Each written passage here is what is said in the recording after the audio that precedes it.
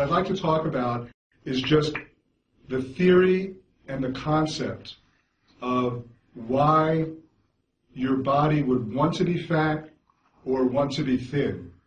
Because that's really the foundation of my approach, is that your body has a specific weight it wants to be. Some people call it a set point or an ideal weight.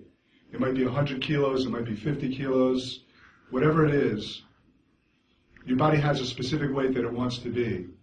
And if you try to lose weight and force yourself to be below that set point, that ideal weight, a lot of chemistry takes place in your body to force you back to that weight. What happens is you become hungrier because the signals that tell your body to stop eating or that you've had enough to eat, your body starts ignoring those signals.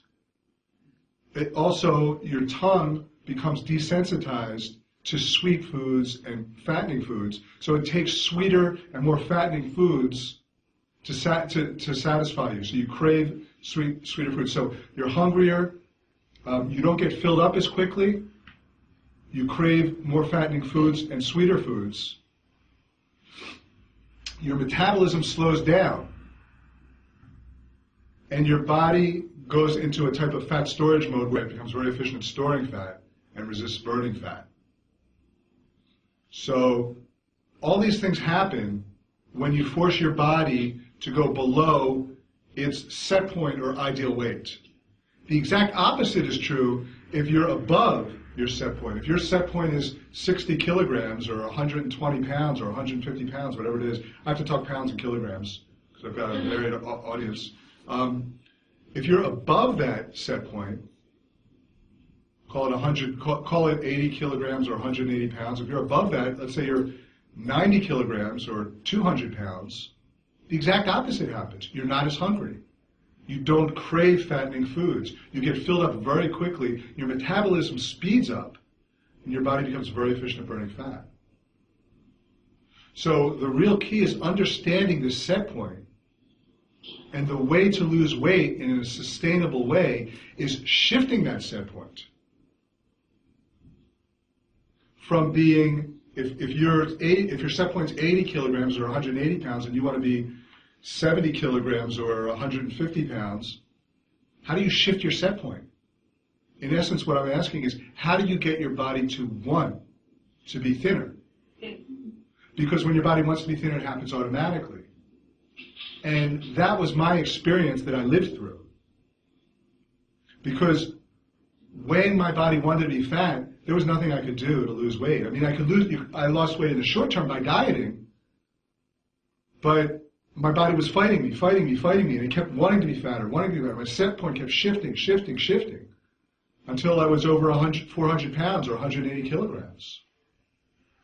So my body was fighting any attempt at losing weight. It wasn't until my body wanted to be thinner and my set point was shifted that it became automatic. And then now it's 5 years later,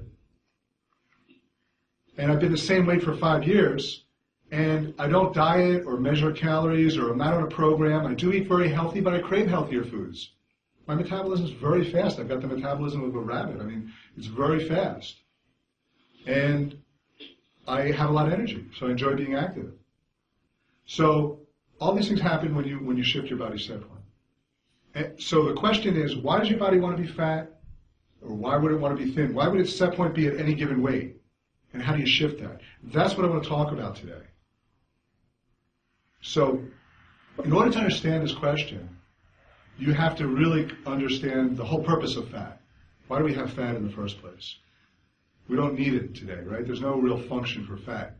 Not too many functions. But a long time ago, and if you look at our genetic heritage, there were times, many, many years ago, when we lived outdoors. We lived a nomadic lifestyle. We weren't farming. We didn't know when our next meal was coming from. And in that type of living environment, fat can be crucial to your survival. So if you take an example, let's imagine that you were living somewhere and it was a long winter or an ice age. It was cold all the time, and there was no fruit. You couldn't fish because the lakes and ponds were iced over. What are you going to do? How are you going to survive if you're living a nomadic lifestyle and it's cold for a long period of time, and there's not enough food because nothing's growing, how are you going to survive? Well, those people that had a little bit of extra weight on them going into a long winter or a famine, they're the ones that survived. And they're the ones that, if they survived, then they were able to have children and pass on their genetic heritage onto us. So we inherited the genetics of being able to survive through famines and cold weather. Now, fat protects you in two ways from that type of living environment.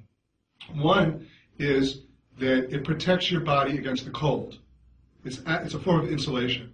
So if you're living outdoors or in a cave or something like that, and it's thousands of years ago, having a little bit of extra fat will protect you from the cold. And having that extra fat will also protect you from not having enough to eat, because you can live off of your fat stores. So if you were in that type of environment of cold or famine, your body is under a particular type of stress. Different than other stresses, it's a unique stress. It's a particular type of stress that causes a particular type of chemistry in your body. Now that chemistry, when you're having that particular stress, activates what I call the fat programs. It does two things. It tells your body, we have to start being very, very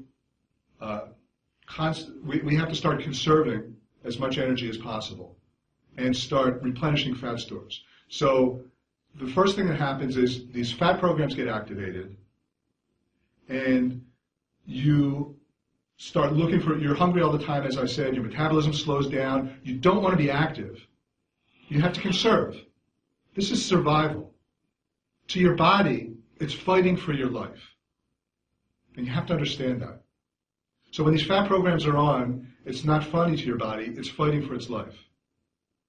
And so you're going to conserve. You're going to be hungry. Your metabolism is going to slow down. And all these things that I described are going to happen.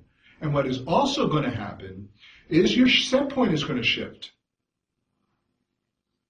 Because your body reacts to stress and adapts to stress, so that the next time something happens, it's not going to be as threatening to you. So if you're in a famine, or a cold weather, or your fat programs get activated, not only do you go into this conservation mode, but your set point says, you know what? Rather than be 80 kilograms, we need to be 90 kilograms from now on. That's our set point now. We've just shifted our set point. So that the next time a famine comes around, we're going to be better able to survive. And that's how your body survives. And that's how our bodies survived through these periods. That's how and why your body shifts its set point toward being heavier. That's why your body would want to be fat. Now today, we don't have famines anymore. We don't have cold weather we have cold weather, but we have clothes, we have controlled living environments. It's not a real stress. And we don't have famines. But we still have stress. And we all know that. And we have stress that comes through, that can be mental, physical, emotional, energetic, all types of different stresses that we have in our lives. And every type of stress that you have is causing chemistry in your body. Now, sometimes, for some people, that chemistry is so similar to a famine that it activates the fat programs. Because we have these programs. It's like if you have a computer and you press the right buttons, you're going to activate a program. That's the way we are. So you're having a stress, you're driving to work and you're going to be late and your boss is going to be mad and you're worried about all these things. How am I going to make my mortgage payment? I'm going to get fired, blah, blah, blah, blah. And that's causing chemistry in your body. And sometimes for some people that chemistry is activating your fat programs, just because the chemistry is the same. And if that's happening, that's causing your body to want to be fat. That's causing your body to go into a conservation mode, slow your metabolism, crave more fattening foods, eat more, not have the signals that say you're full. All these things I talked about, they all happen. And it gets your body to want to be fatter. So you're driving to work and you don't even know it, but you're making your body want to be fatter. And this is our programming that we drive around with all the time, or that we always carry with us, and that we don't understand. So this is happening to us. Not to everybody, but to some people. This is what's happening. Now, stress is not only always a bad thing, and stress does not always make your body want to be fat.